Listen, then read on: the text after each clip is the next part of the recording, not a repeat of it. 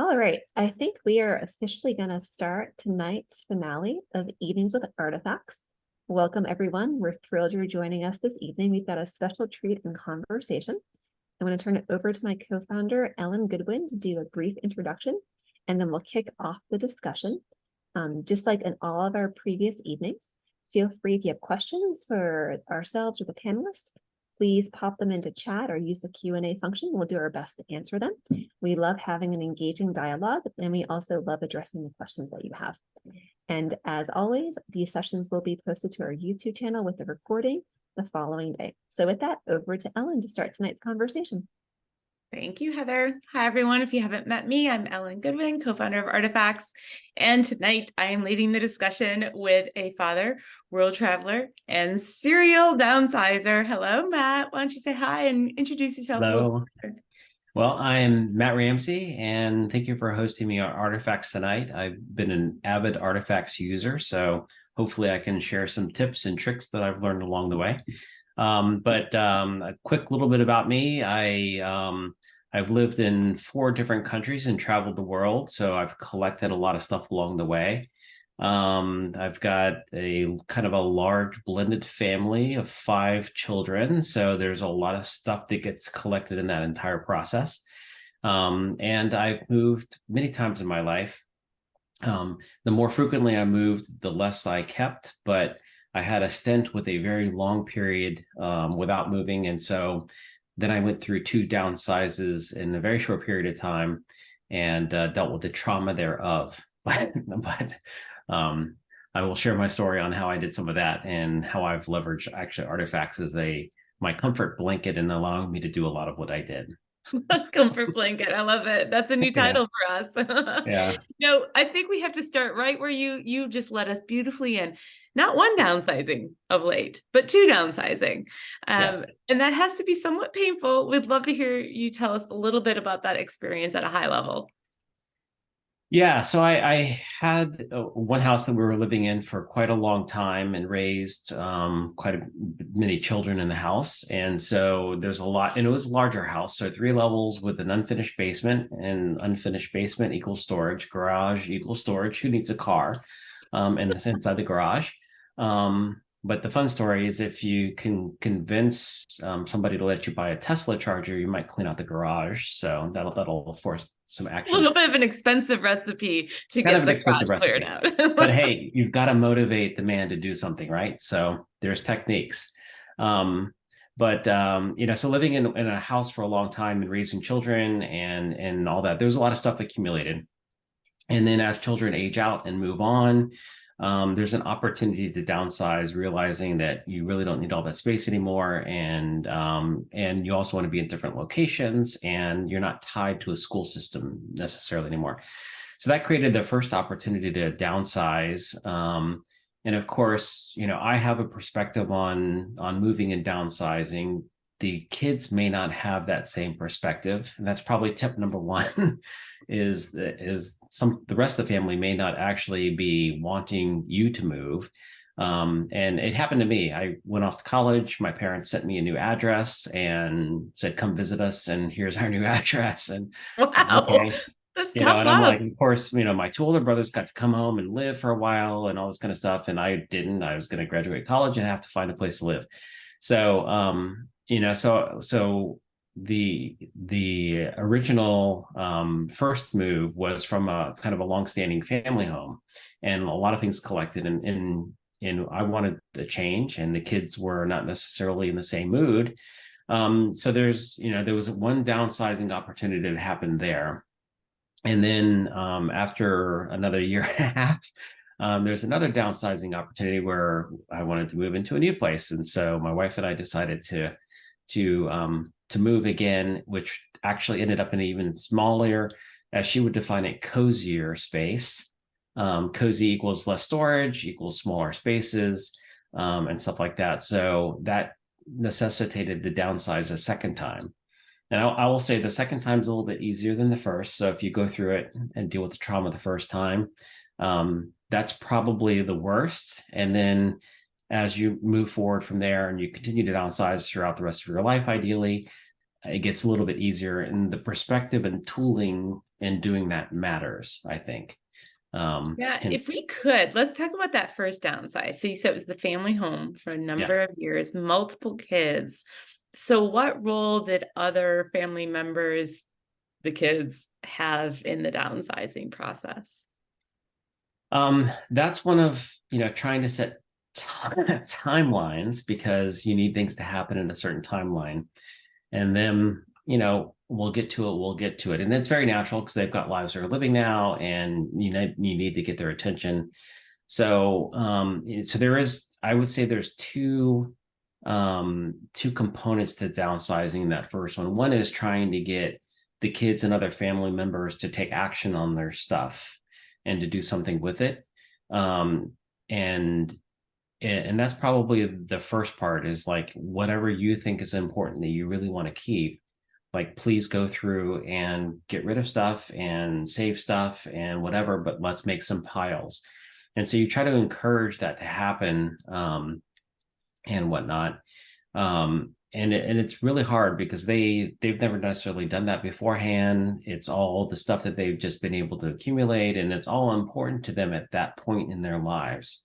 And we have a different perspective as adults, because we know, what do we not really care about that was from our childhood and things like that. So the perspectives are very different, which I would say is another thing to be very cognizant of as a parent, is that what you think is not important is not what they think is not important. And so that's where we'll talk a little bit about how I use artifacts to deal with my own guilt, and to also be able to do something later. If they found out that something was no longer there, I could be like, well, actually, I've got the memory captured, which is a really important part. Well, and Matt, you hit on something that Heather can share the link. So I did an article when I went home and artifacted with my mother, and I had made a list of the things I wanted to artifact with her. And what we learned was about half of that list, she had stories and everything to go with. And the other half, she's like, I don't know, Ellen, I got it at a garage sale, get rid of it. And I was like, hold on, no, Yeah. I want it. I have my own memories for it. And she just looked at me like I was crazy. And I'm like, your memories are different than my memories. So I think that perspective that you said, I think is really, really important to have those conversations. Yeah. So what would you say are some of the top lessons that you took with from downsize 1 to downsize 2? What you said, it got easier, it was slightly less traumatic. What lessons did you take with you? Yeah, well, the first downsize, it's going from a 3-level, I don't know what it was, like 4,000, 5,000 foot house down to a couple thousand square feet, was a huge change. And so that was the most traumatic of all, because it's just so overwhelming. And you think you're planning and preparing for it, but then you realize that you're just not. And then everything hits at the 11th hour and you're scrambling. So, a lot of the stuff we were able to get taken care of. The kids and other people like took action eventually, because timelines just got to where they were. And then I was left with other stuff that I wasn't sure if it was not important, or if it was just they ran out of time or whatever. And so I had to deal with some of that. But then by the time I got into place number 2, I had substantially downsized. Now, what I ended up with was, instead of a basement full of boxes, I had 4 or 5 tubs of stuff that I had kept, a tub of kids' stuff, and they did a lot with their own stuff. So I didn't have it all, but I had some stuff that I thought were, important mementos for me, and things that I thought that they would want later, like graduation certificates and diplomas and stuff like that. So I have, bins of stuff like that. And I had several bins of things I've collected, and I'll share some of that with you through showing you my artifacts later, of things that I've got that I'm like, I haven't had a chance to artifact them yet because I ran out of time, and some of the tooling wasn't all available yet for me to work with. But I have a bin of stuff that got into place number 2 that I still got to work with. And then that same bin came to location number 3. So I still have several bins, and I'm not going to show you, but there may be a few stacks of bins underneath my desk and right behind me over here. And when I walk in the office with the light off, I have to be careful where I step.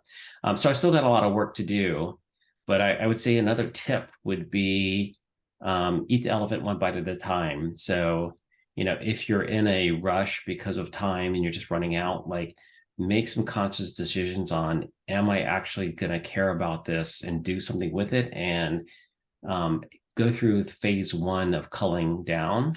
And then if you run out of time, keep some of that stuff, but put it purposefully and say, it's going to be in this bin. And if I repeat history, it'll stay in this bin and it won't ever be opened again until I move. And that's not the right answer either. So to me, these bins, I leave them in my face where I have to move around them so I don't forget that they're there. And my goal now is, after the second move, is the smaller version of bins, is to really take the time and document it. Because either the things like, if I was to go tomorrow, this is what people would find, and they'd be like, what is this? And so I started, doing a little bit at a time where I artifact and try to preserve. And then the other thing I'm doing is deciding, what do I want to display? Because I plan to be here for 30 years now.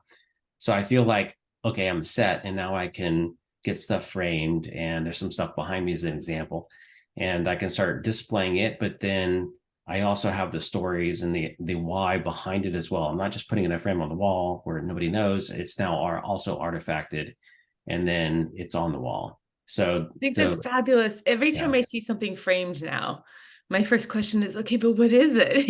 Like, I see you have a license plate, and I'm like, that's great. It was important enough that you spent the time and money and, to frame it, but what on earth is it? So that's something that Heather and I preach to the choir with each other on, like, if we're going to do it, take the time, please let people know what it is. I think it'd be amazing if you could share a few artifacts. But before you do, I wanted to say, I'm just curious, if we back up, pre-artifacts, are you the type of person who creates journals, takes notes as you collect items, as you've traveled the world? Was there any record of these things, or do you even remember the whys and whens of it? Or is this like brand new to you, this concept? Yeah, this is, no, I'm not a journaling person, and I'm not a good note keeper in that way. And I don't know if this is, I'll be careful how I phrase it, but if it's a, men are from Mars thing kind of thing, like there's certain people that I run across that remember everything in the detail and in the moment and what they were wearing and the circumstances. I very much might be like, wow, that's a really cool carpet, I'm going to buy it. Like, I have a great experience doing it. And then ask me 2 weeks later to give you the details, and I may not anymore. Because while I was doing that, I was thinking of something else, and I was having a good time talking to somebody, and I forgot what he told me about the carpet. And, so for me, I have a lot of stuff that I really have a hard time remembering what it all was about in the moment. And that is another tip that I can talk about again later. But as me, as a male, and however I am wired, I actually use artifacts now as a way to, in the moment, capture that detail so I don't lose it. And it's not just for stuff that I'm buying for myself. It's if I'm buying a gift for somebody and there's a story behind the why I chose that particular thing, or what year it was that I bought it for them, because they'll be like, hey, remember when you got me? And I'm like, sure do. Not really. Let me get artifacts real quick and I can tell you the detail again. So, I use it that way. And it's one of those things, like going after the fact and dealing with downsizing is very stressful on how to deal with all that stuff, and also try to capture the memories and stories at the same time. But now that I've gone through that, it's almost like you realize that if you do it as you acquire or as you experience it, then you start building it. And I'm really excited to show you guys kind of how my life evolved in my timeline, because now that I see it that way, it's like, holy moly, like literally through this one web interface, you can see my life and how I'm wired like I am, and what drove me to be who I am. And it's something that the kids and family and other people who might experience me from a legacy perspective later, they're like, wow, that's, I see it. I don't have to like think about what it was of who this person was. Well, I would love if you would share some, especially because, folks, in preparation for this, Matt promised he would share some artifacts, which is lovely of him, but also you're going to see the evidence of downsizing and how this comes into play, because Matt was using Artifacts as a tool to make this possible, where before there might have been a lot more emotional angst and family warfare involved in this process that was unnecessary. So Matt, over to you to share, and let's see what you got. Yeah, so give me just a second and I'll figure out how to make this happen. Share my screen. All right, so quickly tell me if it's not what you think it should be. We see the Artifacts landing screen. Okay, sounds good. So anyways, my main page or whatever else. And so I'm just going to jump directly into my artifact. So before I jump in there. So I have two ways that I actually artifact, because this might be helpful too. Well, three ways really. One of them is just take a snapshot on the phone and know that I want to document it later. One of the tips I would say, though, is if you're doing that and putting stuff into bins or whatever else, or maybe you're discarding it, maybe actually on your phone, create an album that's like an artifacts album, because otherwise you're going to end up with pictures mixed in with all these other things. So it can get confusing about what was I planning on going back and artifacting. So take a photo, store it into an album that you name artifacts or whatever you want. And then that way, at least I go to that album and these are all the things that I still got to do. So that's your little to-do list. That's great. Yeah, it's kind of like a photo to-do list in there. Yeah. So that's really good. And then I'll do a lot on the mobile app just because it's in my hand. I'll take a new artifact, take a picture.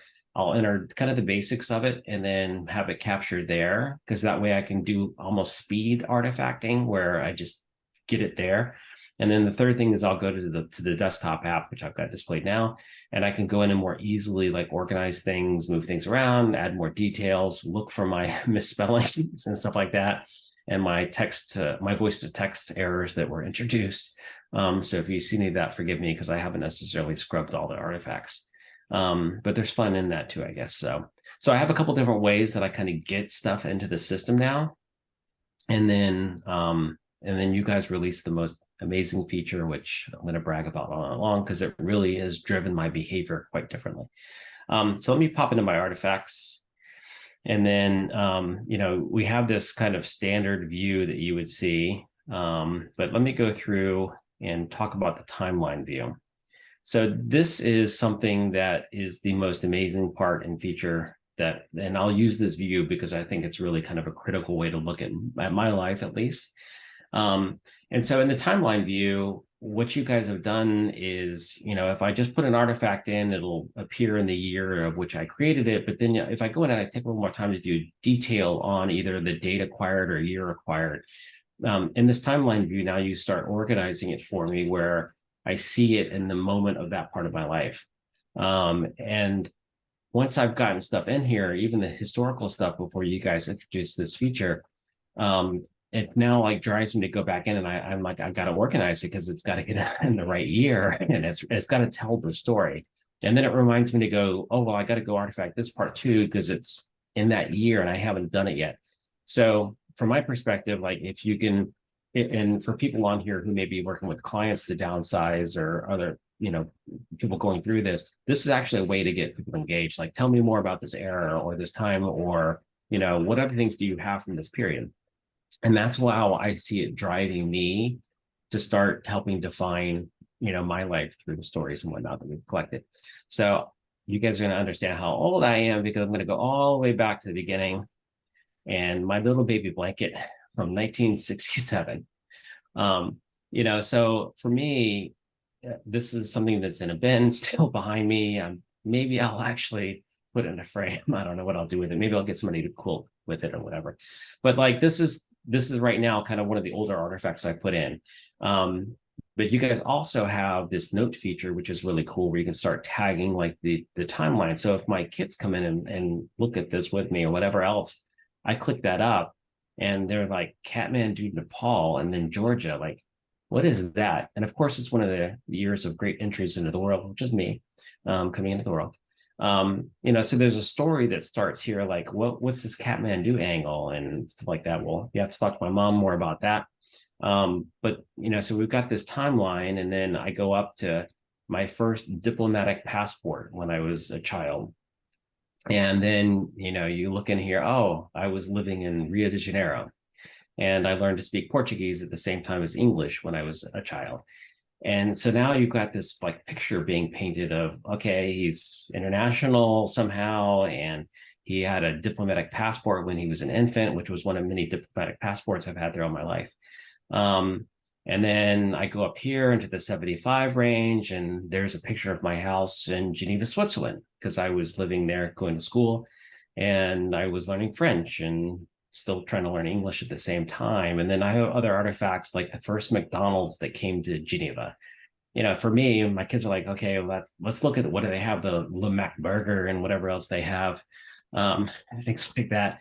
But then there's a story behind it, like, it was a really cultural shock to have a McDonald's, and it was fought to come into Geneva because they were like, who sits down at fast food and eats with their fingers? It's like, we don't do that here.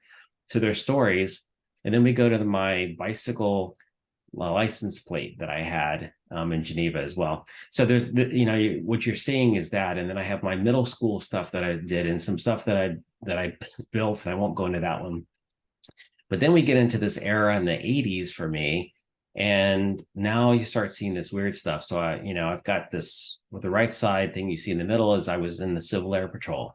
So I was a cadet doing search and rescue and airplane related stuff when I was in my teenage years, and I became an officer in the Civil Air Patrol, which defined a little bit. So now my kids are like, that's how he got wired so uptight and so like driven and focused. I don't know how they interpret that, but the fact that I was out doing that, and at age 16, 17, the article on the left, which I won't load up, is related to a plane crash that we searched and discovered and dealt with 3 dead people from that. And there's some real traumatic stories out of that one and personal things that happened during that part with me. But it's like, okay, so that's kind of a defining moment. And then I went through my firefighter EMT years. So the point of this is, and I'll keep flying through, is just by looking at this, it starts developing a real story. And now we're in the 90s. I was in Saudi Arabia the night Iraq invaded Kuwait. Wow, kind of cool. I was in Barcelona and Albertville for the Olympics in the 92s, living in Japan and living in Austria and all that. So you kind of go through this, but like, how else would you convey this to anybody without having this? And then there's some airplane stuff in here. I became a pilot and I started a company and my airplane, and then the airplane crashed a couple of years later. I'm alive. Not my fault. Somebody else was flying it. So there's all these like interesting things, and then there's kid stuff here you start seeing coming in where they were in college and they graduated from college, and I have their little commencement thing. Like, they don't really care about that. I don't really care to keep it, but it's a cool memory, and it lets me go back and remember, oh, they graduated in 2018. I would have forgotten that. And there's stuff here about selling my company, and I love Tic Tacs, and there's all these little mementos throughout here of things that I've gotten away, gotten rid of and stuff like that. But things that really, when you start looking at them, you're like, oh, he went through these phases of life, really.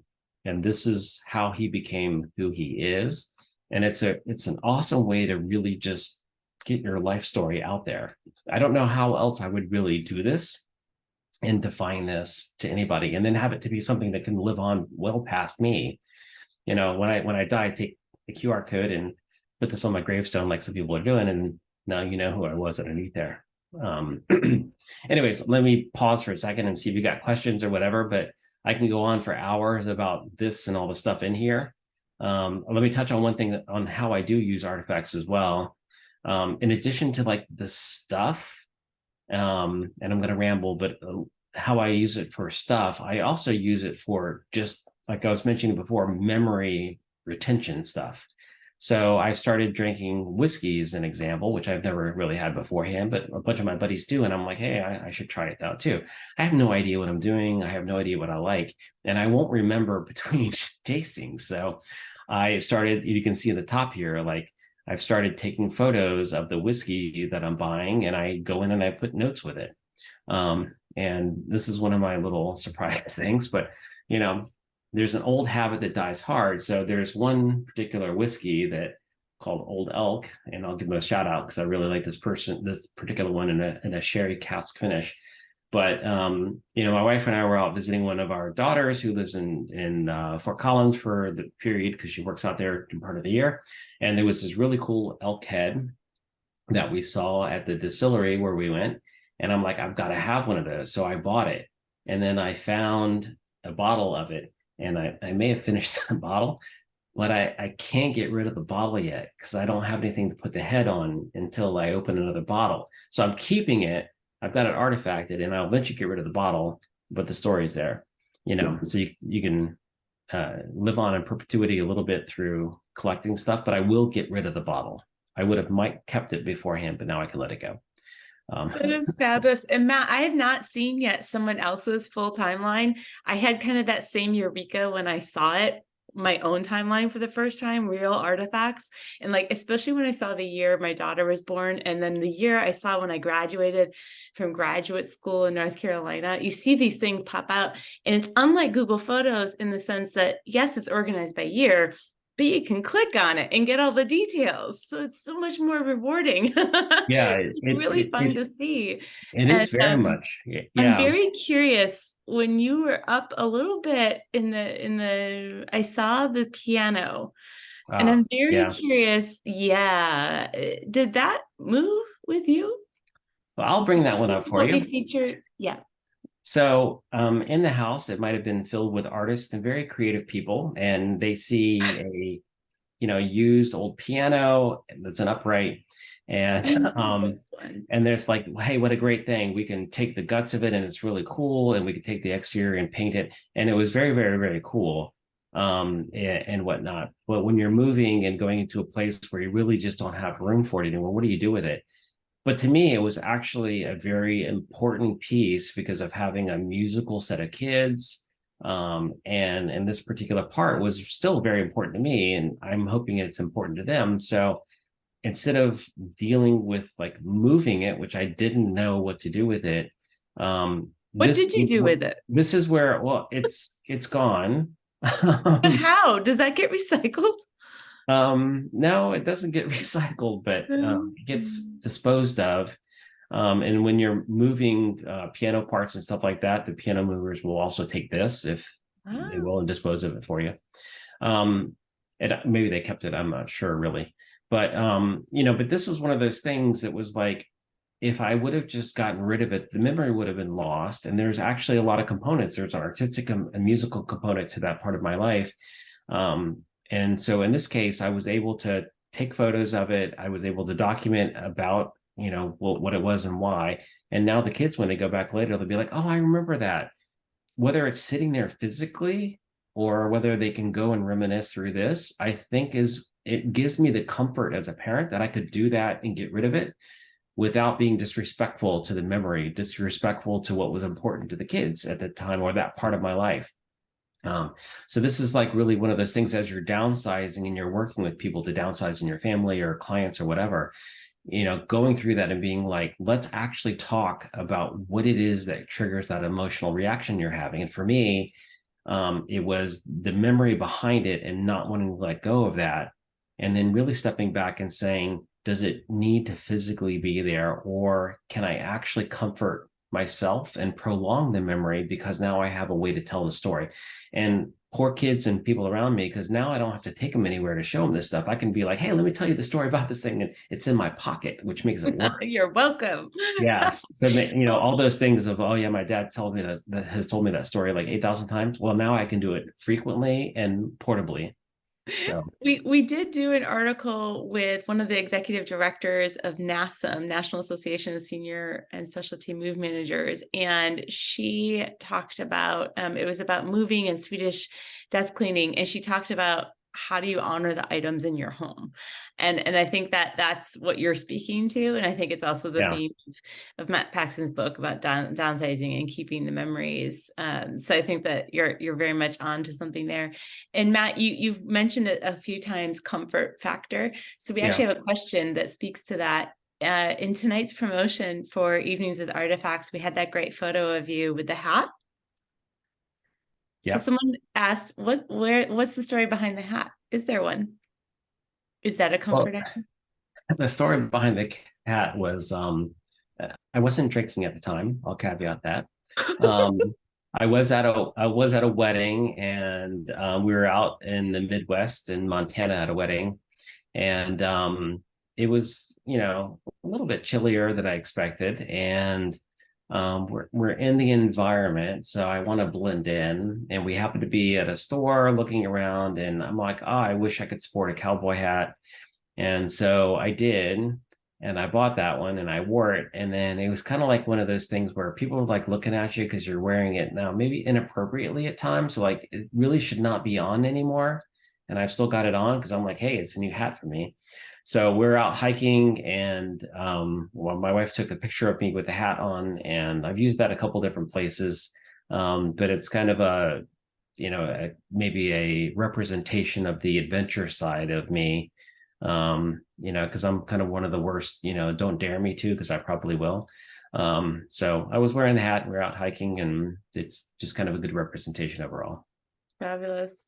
I have a suspicion that that you're going to also create, we have these circles at Artifacts, and folks, if you haven't experienced circles, it's a way that you can invite friends and family in. I have one with my aunts and uncles and cousins, and we kind of bring back together family mementos. But I was actually thinking, Matt, maybe you're going to have a whiskey circle coming soon, and you'll have an aficionado kind of circle with all of that work. I might confess I have artifacted wines that I've enjoyed, and I went to a Friendsgiving, and I loved the wine that we had at Friendsgiving, and so I artifacted it because I hate the process of scrolling through all the photos, and I'm not going to keep the bottles either. But anyway, back to downsizing, I promise. Yeah, and let me just throw in one other Yeah. use case of artifacts for me, because it does help. It's part of the not collecting, I'll put it that way, part of it, so I don't build up. There's other social media tools out there that a lot of people use to document their experiences, and to me, I'm a little bit more private than that generally, and I also sometimes consider it to be humble bragging, because if I'm on a trip in a really cool place and doing something interesting with a group of people, and I post that way, a lot of times I feel like it's like in your face that I get to and you didn't. And I don't really feel comfortable that way. So I've actually started using artifacts as a way to document my experiences that way. And I'll take a photo of the group of people, because whether it was an object or a group of people, or something that we did while we're there, or something that I saw that I might have bought that I decided not to, but the memory of why I wanted it is more important. I'll take snapshots and I'll put it in, and I'll put the experience in there. And that's stuff where, like with circles, around Thanksgivings and Christmases, and what kinds of recipes you made and food you had and stuff like that, all those kinds of things you can document privately to yourself or to a small group, but you don't have to put it on a large social media platform where everybody else needs to see it, because I don't really get into that as much. So that's another use. That's a great use. I think that's fascinating. And it actually leads to another question I have, because you mentioned, you started it earlier. What is it? Men are from Mars, women are from Venus. Did I get that right? You mentioned this earlier. Do you think that men and women, so as a man, do you think you view artifact differently? Can you speak for your entire gender?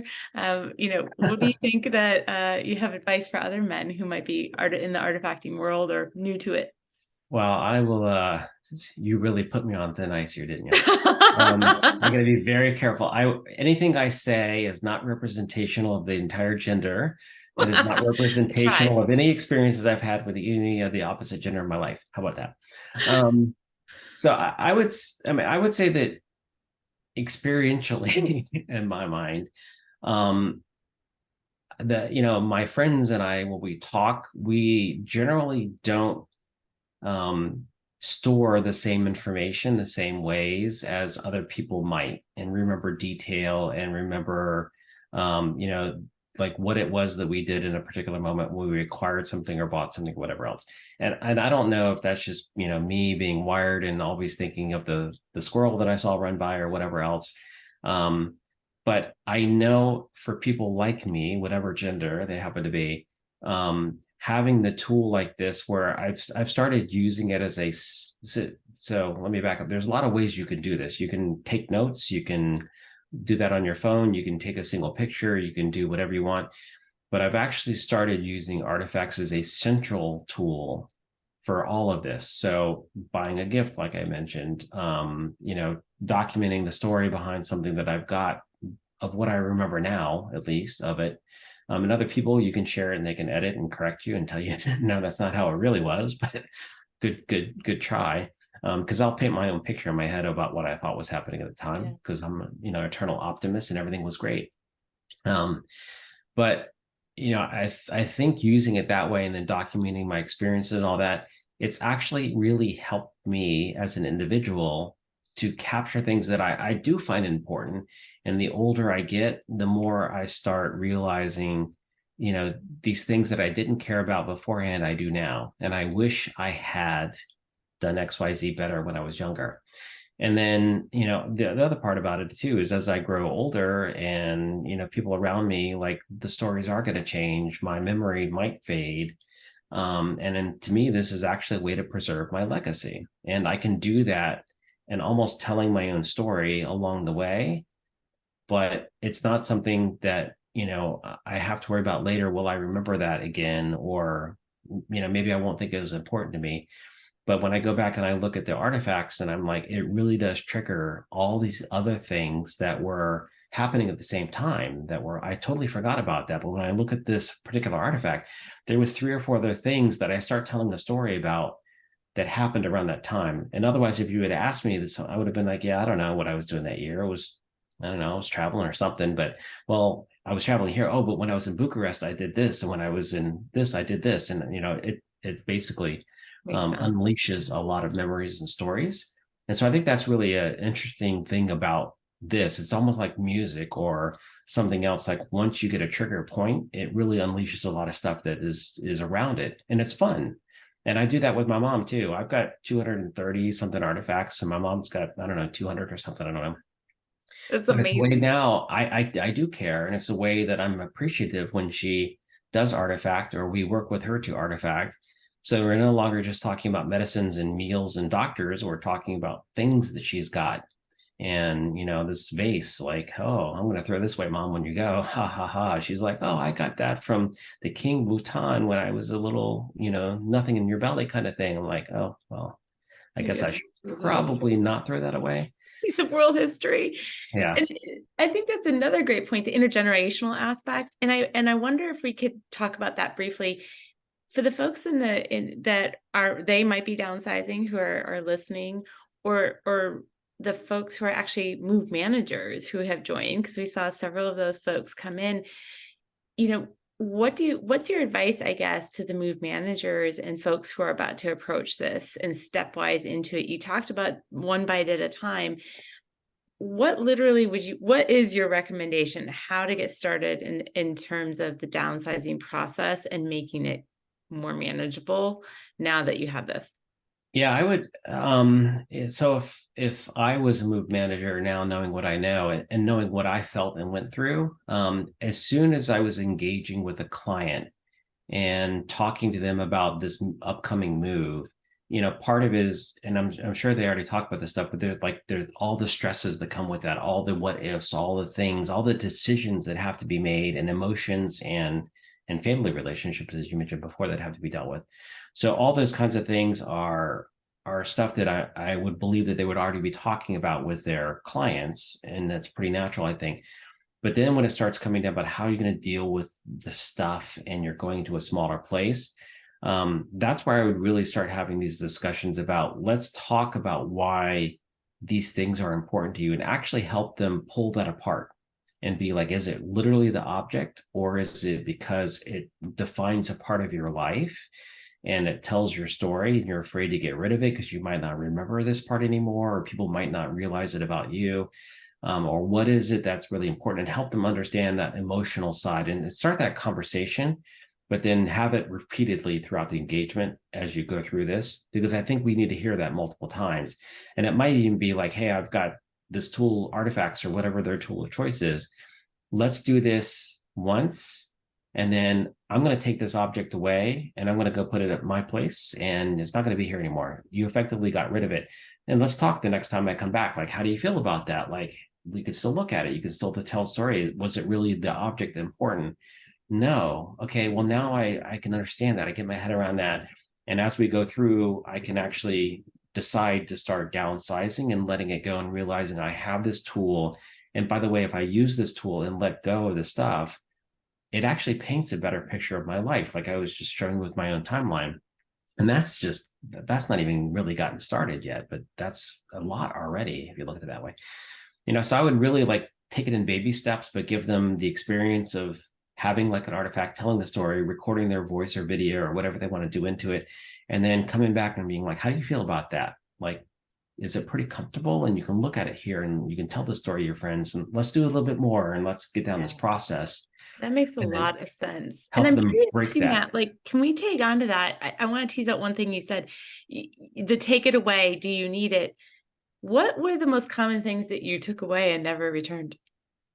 What would you, what didn't make the cut?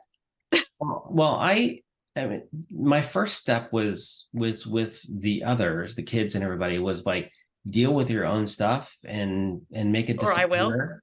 And make it disappear and do whatever you want, or you're going to get one bin, whatever you can fit in that bin, I'll keep for you. But otherwise, like, do something with it. So they did stuff with it, and they still have stuff they're going to have to deal with later.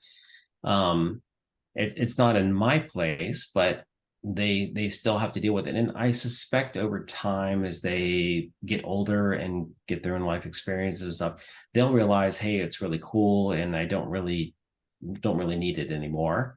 But at the time, I don't think they're ready to let go. So I wasn't, I'm not judgmental if they wanted to keep something and they took it and did something with it or whatever else.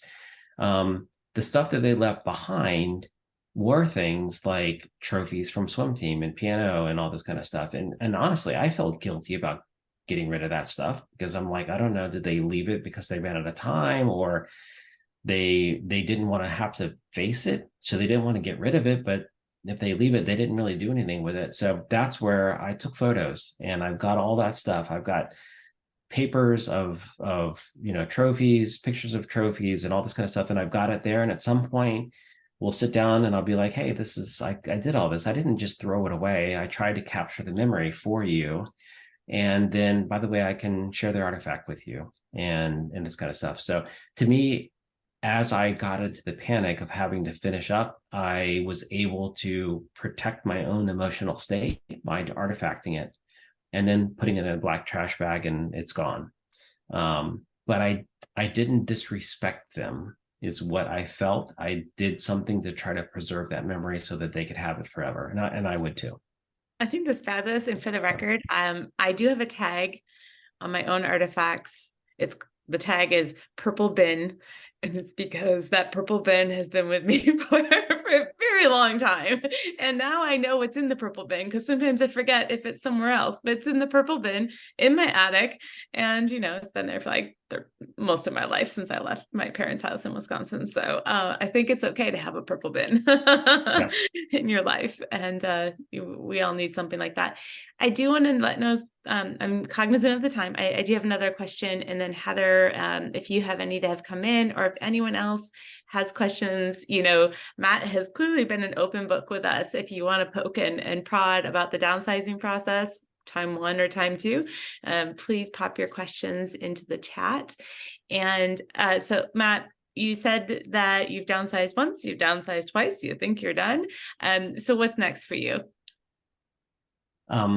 Staying put for 30 plus years. I don't want to move again. That's really important. So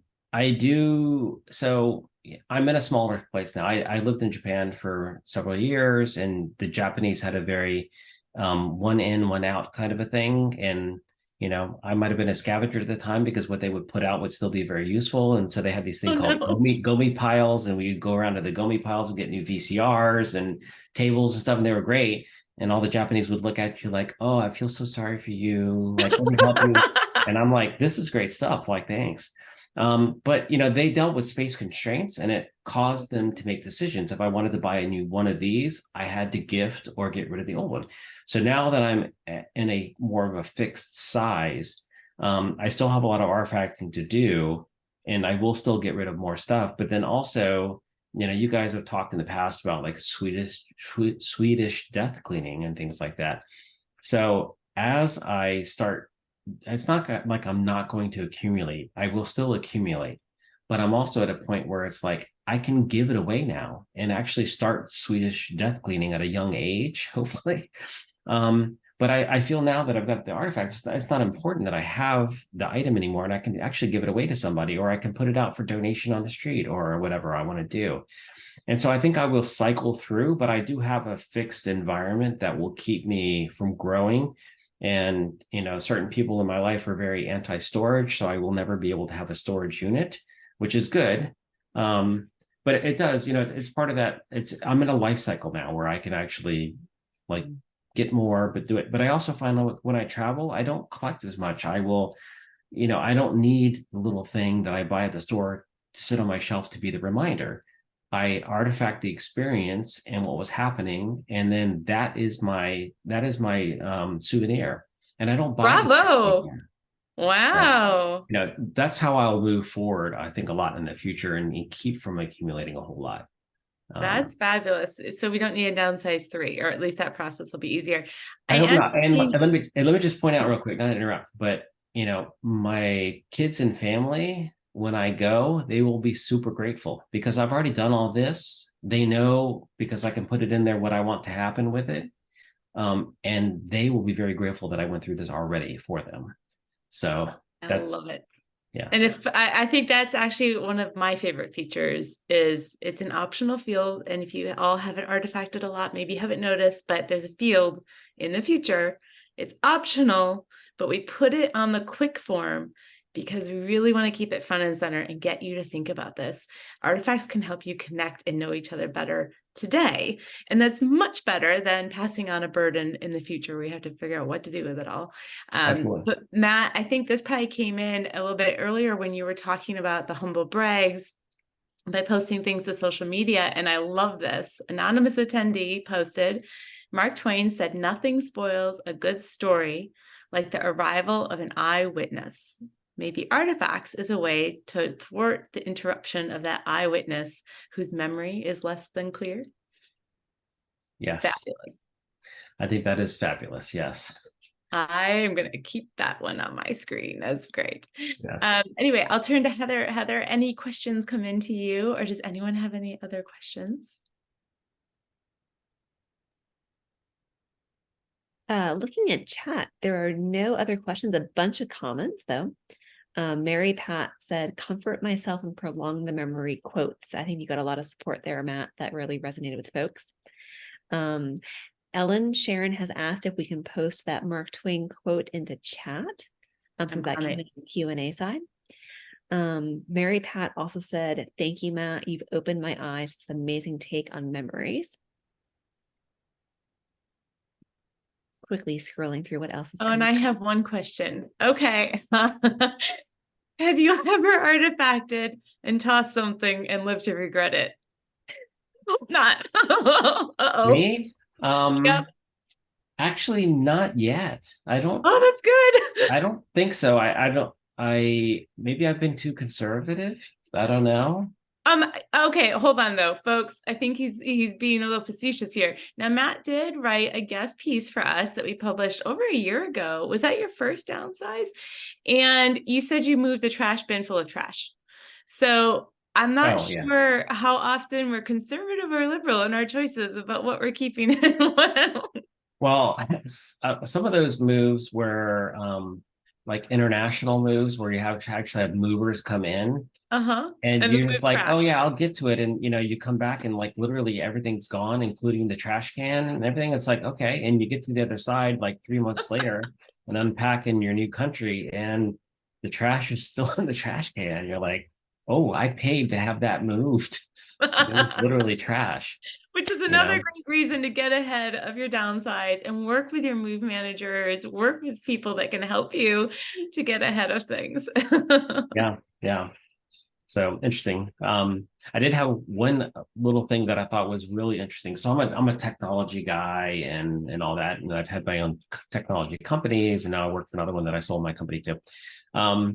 But I was curious in prepping for this, and so you guys have heard of generative AI and ChatGPT and all this kind of stuff. Oh yeah. So I was like, what am I forgetting to talk about in my own experience? So I went and I asked the question, how should I preserve the memories behind the items in my life to Chat GPT? Um, Oh, so I'll explain what that is if anybody wants to know a little bit more. But basically, what it came back with, and I don't know if this is how you guys came up with artifacts, but it basically came back describing your platform. So one of the things was to photograph and scan items, but we are photographing the items into artifacts, create a memory journal, which is really like I'm documenting what it is about the stories and the memories. It says literally, write down the stories and memories associated with specific items, and then digitize the documents and stuff like that, which I've done, and put like the receipts with my, like I've got a carpet and I put the receipt with the carpet, which documents that. Have a memory box of very significant things you want to keep. Record audio and video narratives of the experiences, and then organize regular memory review sessions, which I thought was actually really interesting. It's like, as I'm downsizing and dealing with stuff, actually being able to go back and look at this is very comforting to me, because it allows me to like remember those times in my life. And then the other one was create a timeline or a family tree. And I'm like, holy crap, you guys just literally did that for me. All I did was input my data and you guys created this timeline. And then the last one was really, share stories with loved ones. And to me, that's like, I now can do that. And I don't have to go rummage through a box and leave them sitting at a table and be gone for half an hour because I forgot what I was doing.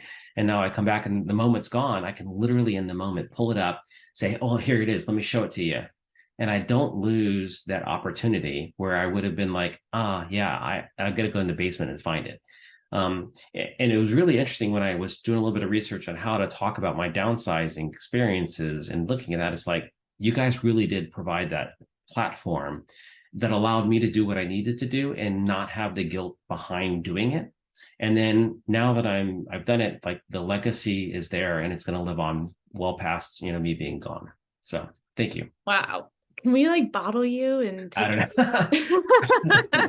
This was not But meant to be a commercial. I think this has been very, very helpful because you've had to live through this.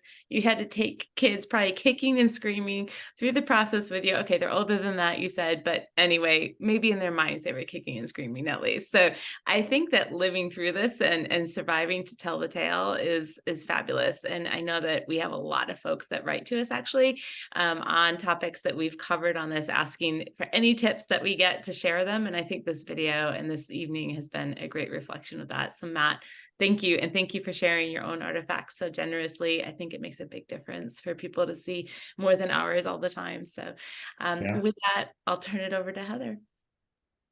Yes, thank you so much, Matt, for sharing your story and your tips and tricks for downsizing. We've gotten a lot of really positive feedback in the chat about how it's helped people think about and conceptualize their memories, their stuff, and what to do next.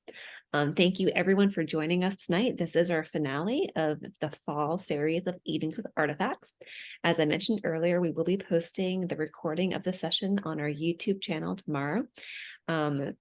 Hopefully morning if all the technology gremlins work out just perfectly. But we do hope you all have a wonderful holiday season, and we'll be relaunching Evenings with Artifacts in the spring. So please stay tuned. As always, if you have any questions about anything you've seen on Evenings with Artifacts or anything you're curious about, you can always reach out to myself or Ellen at hello@artifacts.com. That's HELLO at artifacts, ARTIFCTS.com.